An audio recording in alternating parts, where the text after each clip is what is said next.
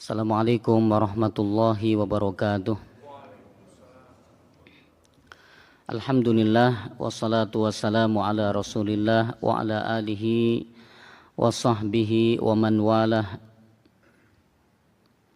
Asyhadu an la ilaha illallah wahdahu la syarikalah wa asyhadu anna Muhammadan abduhu wa rasuluhu la nabiyya wa la rasula ba'dah, amma ba'du.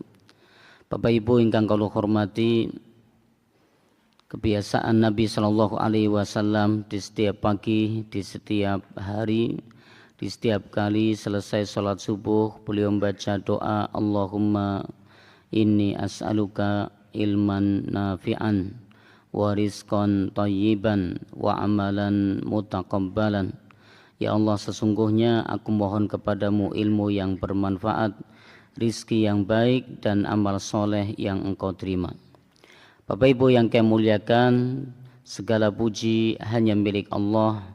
Salawat serta salam kita haturkan dan semoga tetap tercurah kepada junjungan kita beliau Nabi Muhammad sallallahu alaihi wasallam, kepada keluarga beliau, para sahabat dan siapapun di antara umatnya yang senantiasa mengikuti petunjuk dan sunnah-sunnahnya sampai hari kiamat kelak. Bapak Ibu yang kami muliakan, alhamdulillah pada kesempatan pagi hari ini Allah mudahkan kita untuk sama-sama kembali kita akan ngaji bareng dalam kitab Tauhid karya Syekh Muhammad At-Tamimi rahimahullahu ta'ala. Kita akan melanjutkan pembahasan kita pada masih di bab as-sabru ala aqdarillah, bersabar atas ketetapan Allah Subhanahu wa ta'ala. Pada pertemuan yang lalu adalah bagian yang kedua di bab ini. Terakhir kita bahas tentang bagaimana perkataan seorang tabi'in yang bernama Alqamah. Seorang tabi'in yang bernama Alqamah rahimahullahu ta'ala, beliau menafsirkan kata iman di dalam surat At-Taghabun ayat yang pertama, di mana Allah Subhanahu wa taala berfirman, ma asaba min musibatin illa biidznillah. Tiada suatu musibah yang menimpa seseorang kecuali dengan izin Allah. Wa may yu'min billahi yahdi qalbah. Dan barang siapa yang beriman kepada Allah, niscaya Allah akan memberi petunjuk kepada hatinya. Wallahu bikulli syai'in alim, dan Allah maha mengetahui segala sesuatu. Di ayat ini pada penggalan wa may yu'min billah, dan barang siapa yang beriman kepada Allah. Apa maksudnya kata iman di sini? Kata beliau Alqamah rahimahullahu ta'ala adalah huwar rajulu tusibuhul musibah, yaitu seseorang ketika tertimpa musibah, faya'lamu, dan dia mengetahui, annaha min indillah, bahwasanya musibah tersebut datangnya dari sisi Allah. Fayarda wa yuslim, dia pun ridho dan dia pasrah atas takdirnya. Ya, dia ridho dan dia pasrah akan takdirnya. Nah, Bapak Ibu sekalian yang kami muliakan, di sini kita akan bisa melihat bagaimana sabar dan ridho. Maka kemarin kita bahas sabar itu ada dua jenis. Artinya dalam menghadapi musibah itu ada dua jenis. Yang pertama adalah sabar, yang kedua ridho. Sabar kata para ulama hukumnya wajib. Sabar hukumnya wajib. Sedangkan ridho ini hukumnya sunnah, anjuran, mustahab. Nah, Bapak Ibu yang kami muliakan, kalau ridho sudah kita ketahui bersama.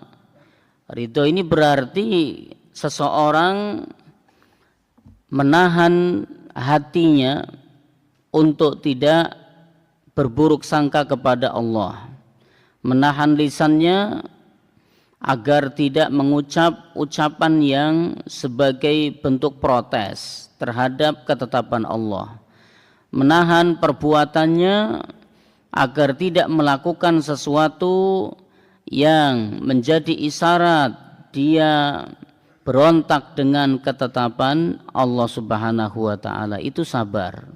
Ini hukumnya wajib ketika seorang mendapatkan musibah, cobaan.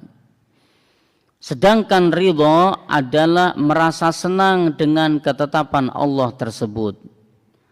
Ya, gimana orang dapat musibah merasa senang dengan musibahnya tersebut. Masya Allah, ini kan berat nih.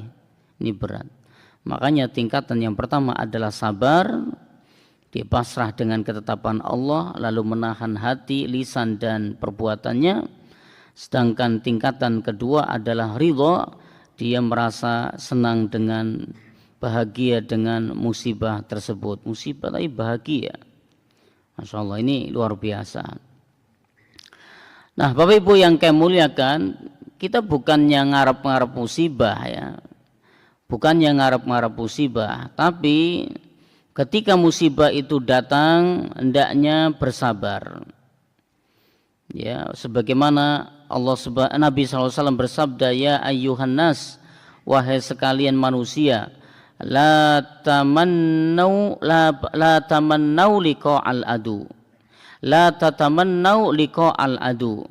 Janganlah kalian mengharapkan bertemu dengan musuh. Ya, was'alullaha al-afiyah. Mohonlah afiyah, keselamatan kepada Allah. Fa idza laqituhum fasbiru. Tapi kata Nabi sallallahu alaihi wasallam, ya, di awal tadi Nabi mengatakan jangan ngarep-ngarep bertemu dengan musuh. Tapi kalau kalian telah bertemu dengan musuh, maka hendaknya bersabarlah. Maka begitu pula di sini musibah, jangan ngarep-ngarep dapat musibah. Jangan ngarep-ngarep kena cobaan. Tapi kalau cobaan itu datang karena hal yang sunnatullah, maka hendaknya bersabarlah. Maka kesimpulannya di perkataan seorang tabi'in ini bahwa tingkatan orang dalam menerima musibah ada dua. Tingkatan pertama adalah sabar, tingkatan kedua adalah ridho, ya, ridho. Nah, ridho pun itu dirinci lagi menjadi dua. Kalau dirinci bisa dirinci menjadi dua ridho. Yang pertama adalah senang dengan musibah tersebut, suka dengan musibah tersebut. Ini yang berat nih, ini yang sulit. Ya.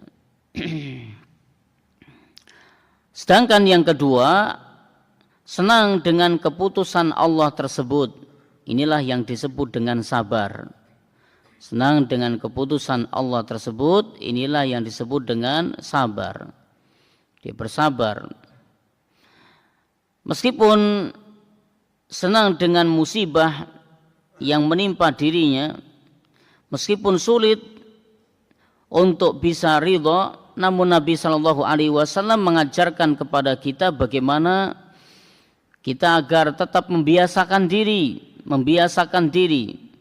Pada saat terkena musibah, Nabi mengajarkan membaca sebuah kalimat, alhamdulillahi ala kulli halin. Alhamdulillahi ala kulli halin. Segala puji hanya milik Allah di atau atas semua keadaan. Ini yang diucap oleh Nabi ketika mendapatkan sesuatu yang tidak menyenangkan. Nabi membaca kalimat ini. Segala puji hanya milik Allah atas segala kondisi, segala keadaan. Sedangkan ketika Nabi Shallallahu Alaihi Wasallam mendapatkan kenikmatan, apa yang diucap? Beliau mengatakan alhamdulillahilladzi binikmatihi tatimmus shalihat. Segala puji hanya milik Allah yang karena nikmat-nikmatnya kebaikan-kebaikan menjadi sempurna. Ini yang disebut oleh Nabi kalau mendapatkan kenikmatan. Sedangkan kalau mendapatkan musibah, Nabi tetap membaca pujian kepada Allah dengan kalimat yang berbeda. Alhamdulillah ala kulli halin. Segala puji hanya milik Allah atas kondisi, atas segala kondisi. Pada saat seseorang terkena musibah, lalu dia mengucapkan inna lillahi wa inna ilaihi raji'un. Sesungguhnya kami ini hanyalah milik Allah dan kami semua juga akan kembali kepadanya. Pada hakikatnya orang itu dia sedang berusaha untuk bersabar dengan meyakinkan dirinya dari dalam hatinya yang paling dalam. Dia mengucapkan kami ini hanya milik Allah dan hanya kepadanya kami akan kembali. Bersabar dia. Nah, pada saat dia mengucapkan alhamdulillah ala kulli halin, segala puji hanya milik Allah atas segala kondisi, dia berarti sedang berusaha untuk menerima musibah tersebut dengan senang hati. Inilah yang berat. Dia berusaha untuk menerima musibah tersebut dengan perasaan senang. Ini yang berat. Oleh karena itu dalam sebuah hadis tentang orang yang diambil buah hatinya oleh Allah Subhanahu wa taala. Mungkin dia lama menikah, menunggu penantian lahirnya buah hati, lama enggak kunjung diberi.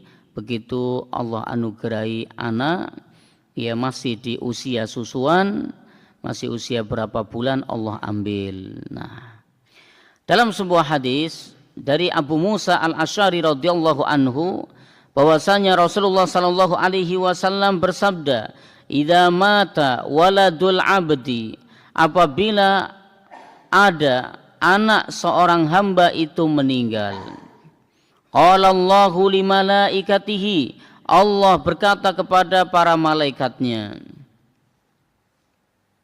Allah berkata kepada para malaikatnya, qabattum walada abdi, apakah kalian telah mencabut nyawa anak hambaku ini?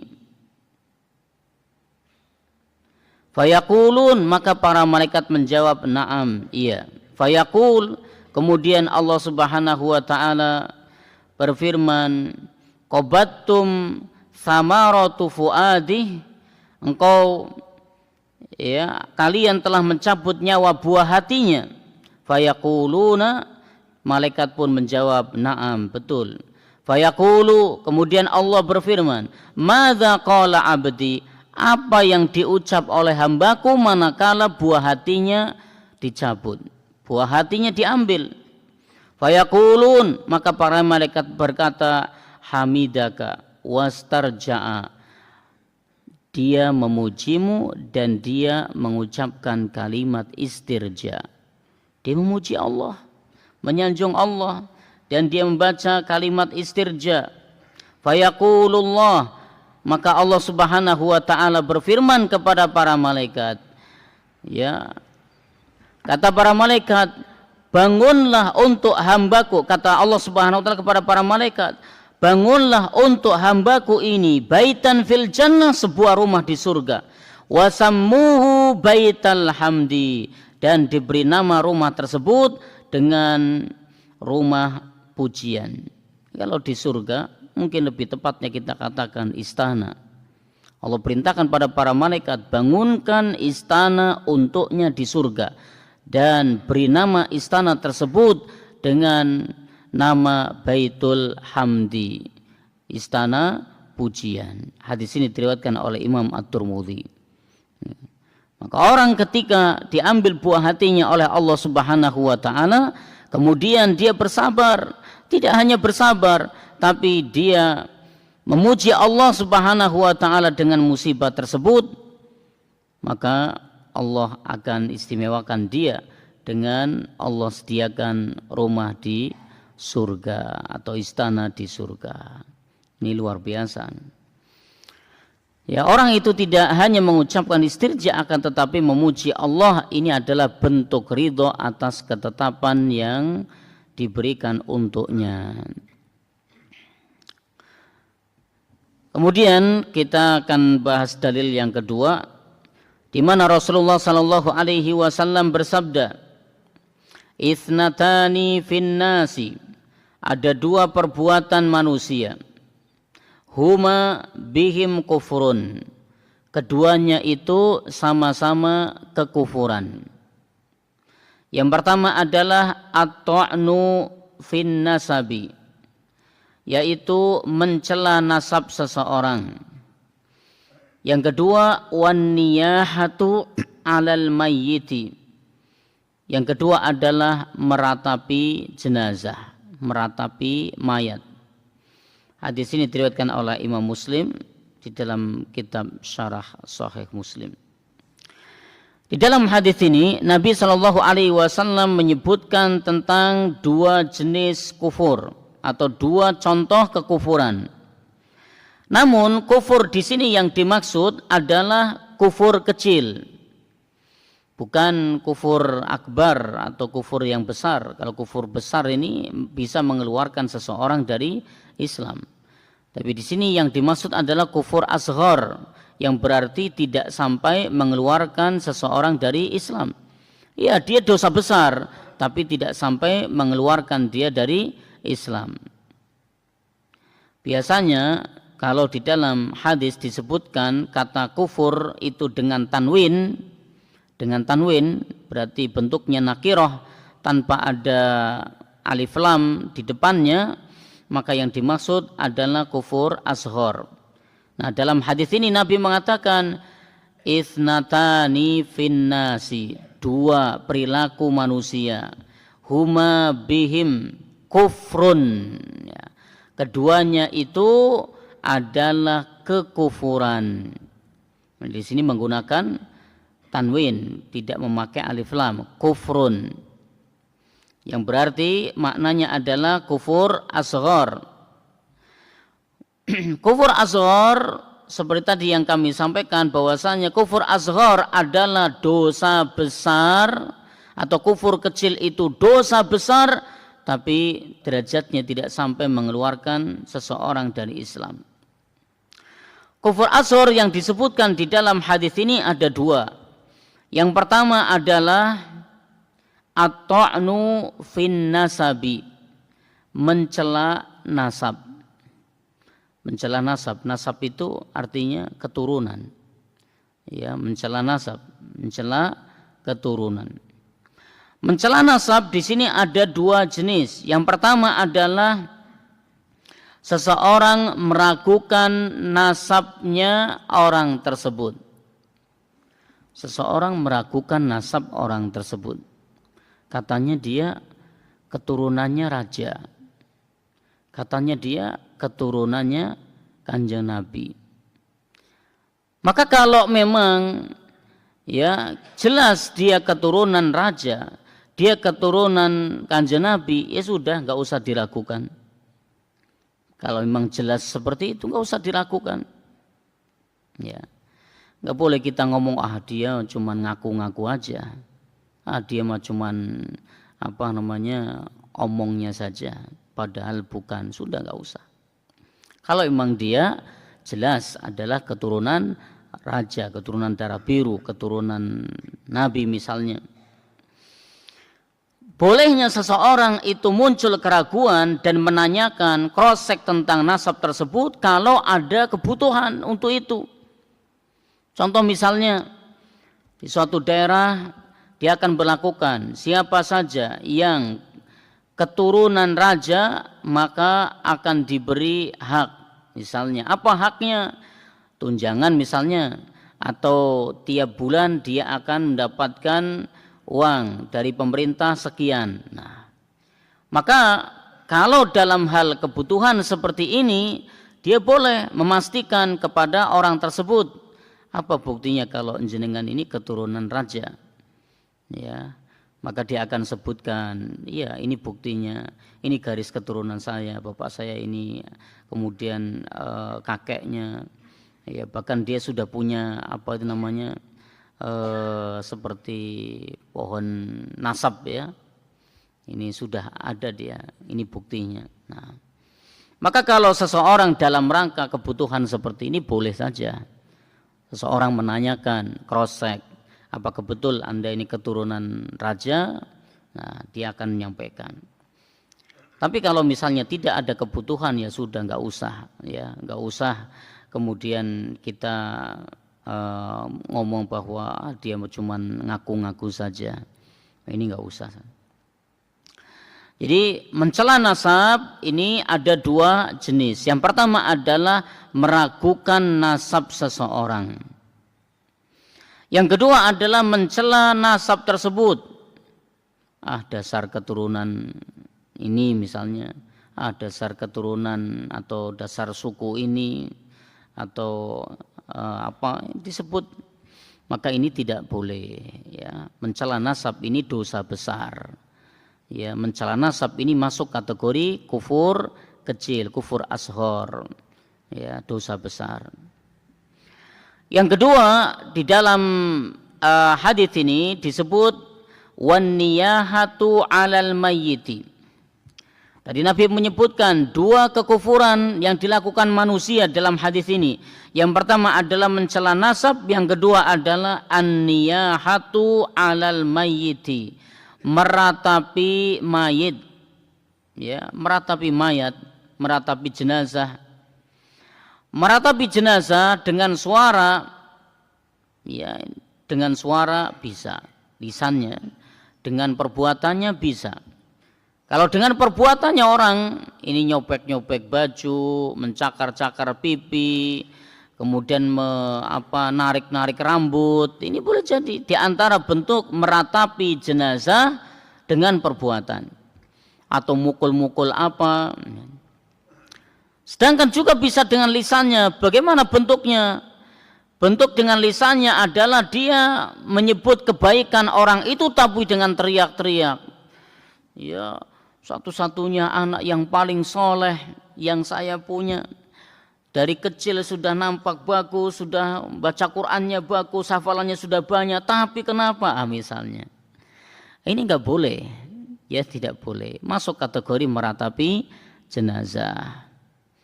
Ya, meskipun dengan menyebut-nyebut kebaikannya dengan suara keras, teriakan-teriakan, karena menyebut-nyebut kebaikan si mayit ini, ya, dengan mengeraskan suara, lalu dengan disertai nangis-nangis misalnya, ya, ini boleh jadi di antara bentuk protesnya dia dengan ketetapan Allah, yaitu kematian anaknya.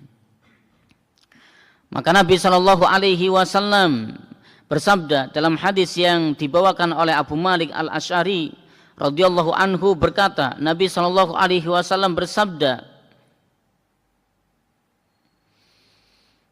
Nabi Shallallahu Alaihi Wasallam bersabda, seorang wanita yang melakukan niyahah apabila dia tidak bertaubat sebelum meninggalnya, maka kelak di hari kiamat dia akan dibangkitkan dengan memakai pakaian dari tembaga dan pakaian dari kudis. Jadi dipakaikan pakaian tapi seluruh tubuhnya gatal semua. Seluruh tubuhnya gatal semua. Di sini memang disebutkan oleh Nabi SAW seorang wanita. Namun apakah hanya maksudnya seorang wanita? Tidak. Laki-laki pun demikian.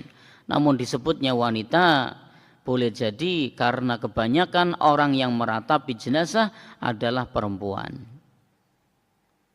Nah, maka Bapak Ibu sekalian yang kami muliakan, ya, dilarang seseorang meratapi jenazah meskipun dengan ucapan.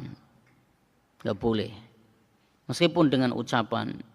Kadang orang, ya, sudah lama menikah tidak kunjung diberi momongan, begitu ini diberi momongan, baru lahir, usia 3 hari, usia 5 hari, ya sudah diambil misalnya. Ini kalau ucapannya dengan ucapan yang teriak-teriak, ya kemudian sebagai bentuk dia tidak terima dengan takdir ketetapan Allah, maka ini disebut an-niyahah, meratapi mayit, meskipun tidak ada perbuatan yang dilakukan kecuali dengan lisan saja.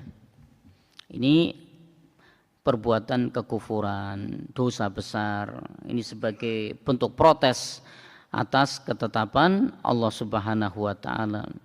Orang mengucapkan ucapan demikian sebagai bentuk meratapi mayit, ini sebagai isyarat, tanda, petunjuk kalau orang itu tidak sabar.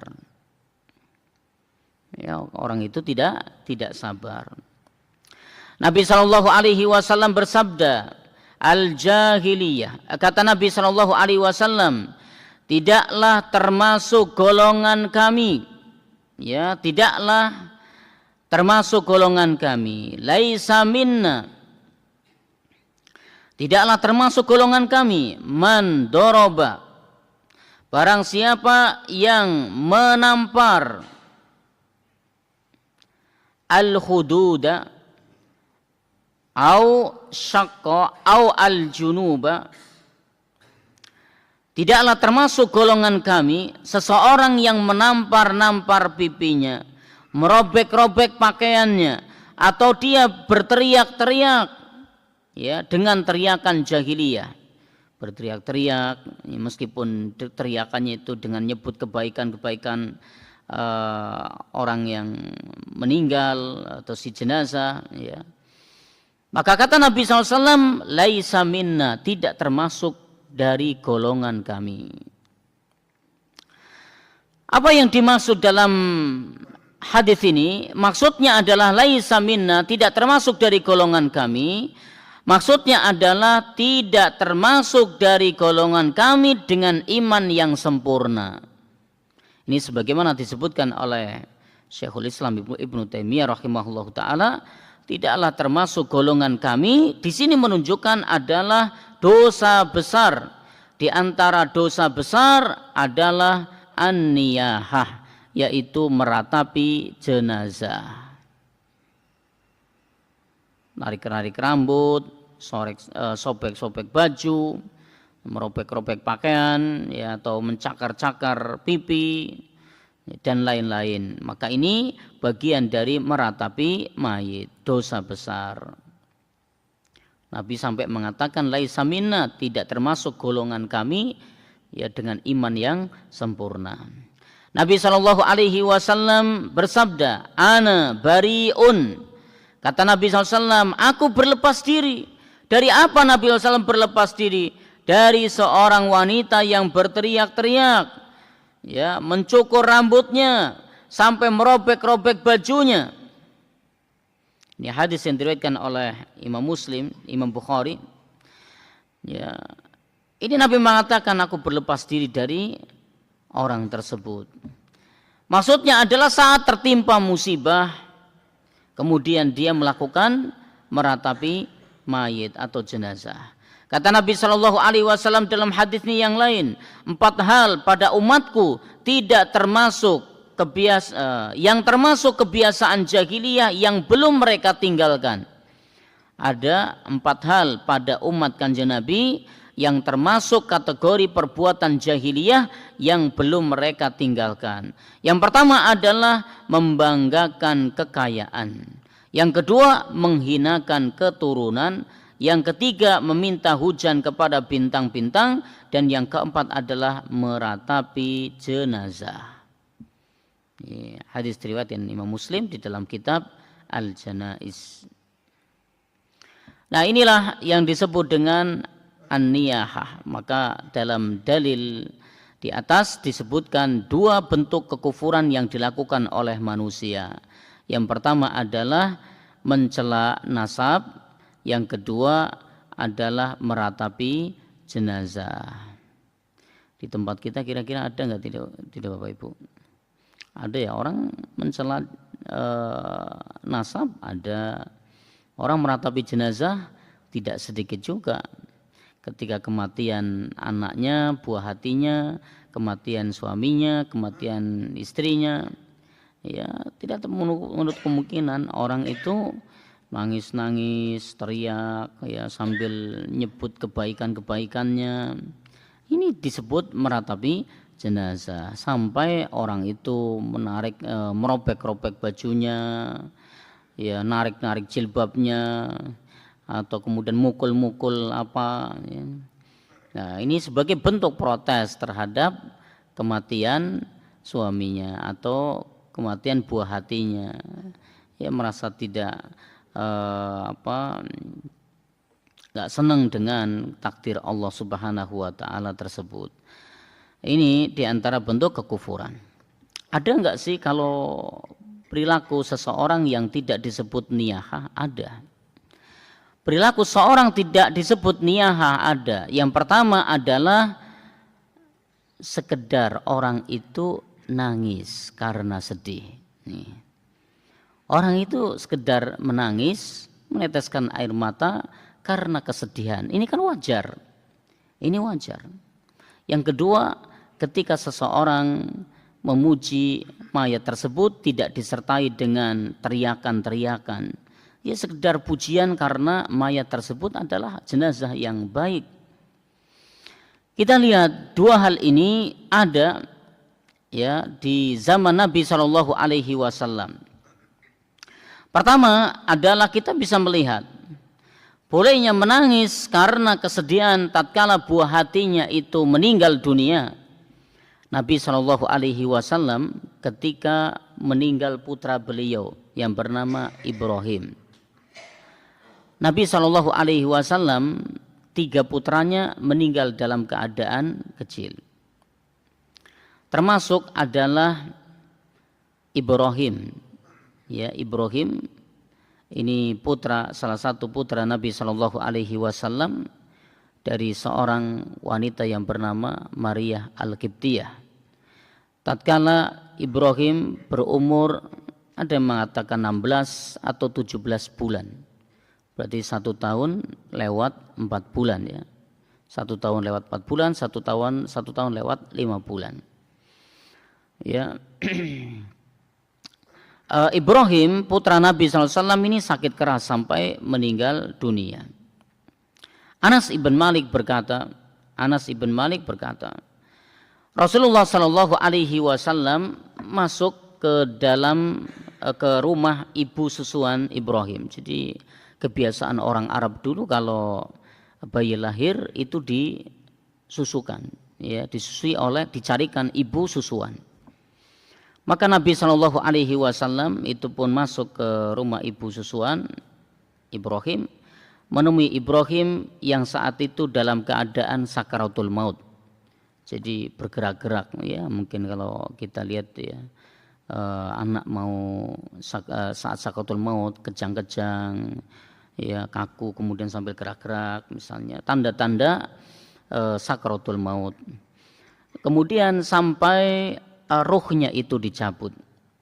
Maka kedua mata Nabi SAW, kata Anas bin Malik, meneteskan air mata.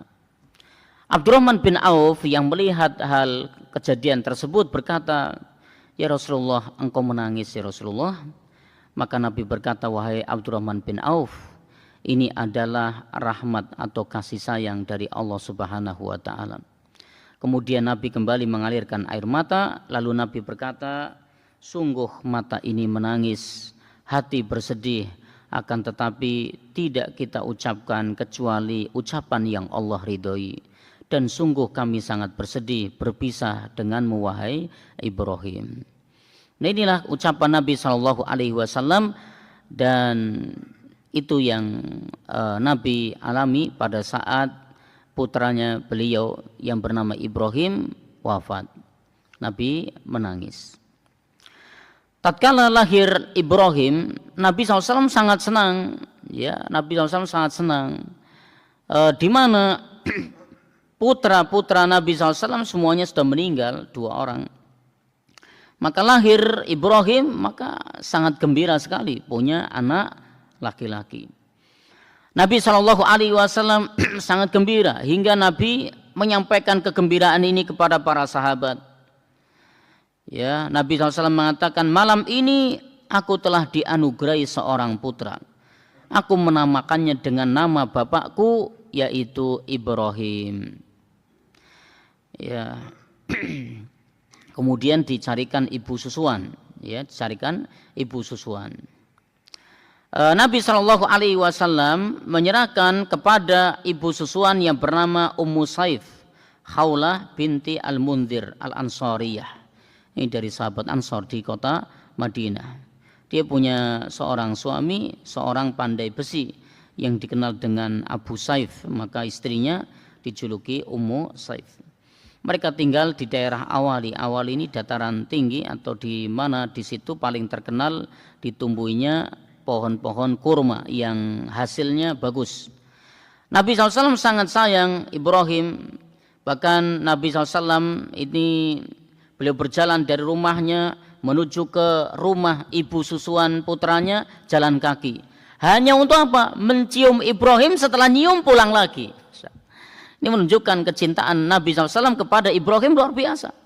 Sampai Nabi rela jalan kaki jauh, kemudian sampai di rumah ibu susuannya hanya gendong, nyium, pulang. Itu yang dilakukan oleh Nabi SAW. Akan tetapi kegembiraan tersebut ternyata tidak berlangsung lama, hanya 16 atau 17 bulan. Maka Nabi SAW berkata, Inna Ibrahim ibni, sesungguhnya Ibrahim putraku itu, ya, wa innahu mata fisyadi, ya, fisyadi, wa inna lahu, kata Nabi SAW, sesungguhnya putraku itu meninggal di masa persusuan. Dan sesungguhnya baginya surga 2 orang ibu susuan yang akan menyempurnakan susuannya kelak. Hadis ini diriwayatkan oleh Imam Bukhari dan Imam Muslim. Begitu juga contoh tangisan Nabi Shallallahu Alaihi Wasallam ketika putrinya meninggal. Putri beliau yang bernama Ummu Kulthum. Kalau tadi putranya, ini putrinya yang bernama Ummu Kulthum. Kata Anas ibn Malik, kami menghadiri pemakaman putri Rasulullah Shallallahu Alaihi Wasallam. Dan Rasulullah SAW duduk di atas mulut kuburan. Jadi kuburan yang mau digali, Nabi duduk di sampingnya, di ujung nih. Kemudian Nabi duduk di samping kuburan yang sedang digali atau sudah digali, sudah berlubang. Aku melihat kedua mata Nabi SAW itu mengalirkan air mata. Ini menunjukkan air mata kesedihan. Begitu pula tangisan Nabi SAW ketika cucu beliau wafat. Cucu beliau wafat. Nabi pun nangis karena kesedihan.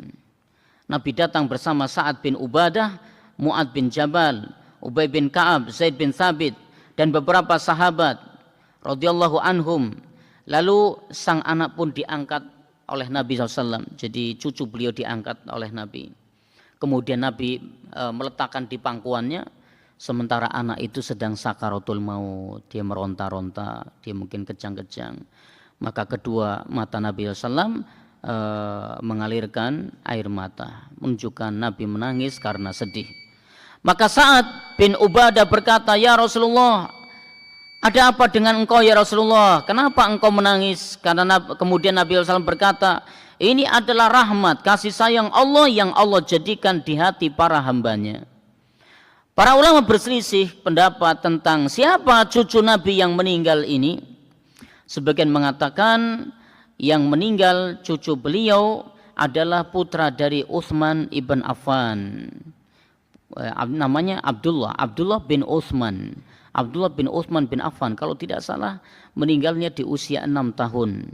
Setelah meninggalnya Abdullah bin Utsman, tidak lama ibunya meninggal. Ibunya Ruqayyah. Jadi Ruqayyah dengan anaknya ini meninggalnya jaraknya tidak jauh berbeda. Ya, tidak lama jaraknya. Anaknya meninggal di usia masih kecil 6 tahun, kemudian tidak lama ibunya meninggal. Nah, Nabi SAW menangis karena kesedihan tersebut. Berarti di sini menangis karena kesedihan kematian orang tercinta, maka hukumnya boleh dan bukan bagian dari niyahah atau meratapi jenazah. Yang tidak boleh tadi menangis, teriak-teriak sambil nyebut-nyebut kebaikannya. Nah, ini yang tidak boleh meratapi jenazah. Atau bahkan lebih daripada itu sampai merobek-robek baju, mencakar-cakar pipi, ya, menarik-narik rambut misalnya, maka ini tidak boleh. Di antara yang boleh dan itu bukan termasuk niyahah atau meratapi mayit adalah menyebutkan kebaikan tanpa ratapan. Menyebutkan kebaikan tanpa ratapan. Jadi boleh menyebutkan kebaikan jenazah mayat tersebut tanpa adanya meratapi jenazah. Sebagaimana yang dilakukan oleh Fatimah radhiyallahu anha ketika wafatnya Nabi sallallahu alaihi wasallam, ayahnya. Ya, ketika Fatimah mendapati ayahnya wafat, maka Fatimah mengatakan, wahai ayahku, engkau telah memenuhi panggilannya, surga Firdaus telah menantinya. Ya, ini berarti pujian terhadap ayahnya, maka ini boleh tanpa meratapi. Begitu pula yang dilakukan oleh Abu Bakar As-Siddiq radhiyallahu anhu ketika wafatnya Nabi sallallahu alaihi wasallam. Ketika wafatnya Nabi sallallahu alaihi wasallam, Abu Bakar As-Siddiq datang ke rumah Aisyah, kemudian mendapati jenazah Nabi sallallahu alaihi wasallam, maka Abu Bakar As-Siddiq ya mencium kening Nabi seraya memuji, wahai kekasih Allah, wahai pilihan Allah. Ini kan bentuk pujian ya tanpa meratapi, maka ini hukumnya adalah boleh. Wallahu a'lam bishawab. Ini Bapak Ibu sekalian yang kami muliakan, yang bisa kita pelajari di pertemuan kali ini. Semoga menjadi ilmu yang bermanfaat ya, sebagai pengingat buat kita yang terkadang mungkin saat tidak mendapat musibah kita ingat, tapi pada saat dapat musibah kita lupa ya. Maka ingat-ingat bahwa di antara kekufuran adalah an-niyahah. An-niyahah adalah meratapi mayat. Sebagian orang menganggap ini hal biasa, tapi ternyata ini bentuk kekufuran, tidak boleh dan dosa besar. Demikian mari kita tutup dengan baca doa penutup majelis. Subhanakallahumma wa bihamdika asyhadu an la ilaha illa anta astaghfiruka wa atubu ilaik. Wassalamualaikum warahmatullahi wabarakatuh.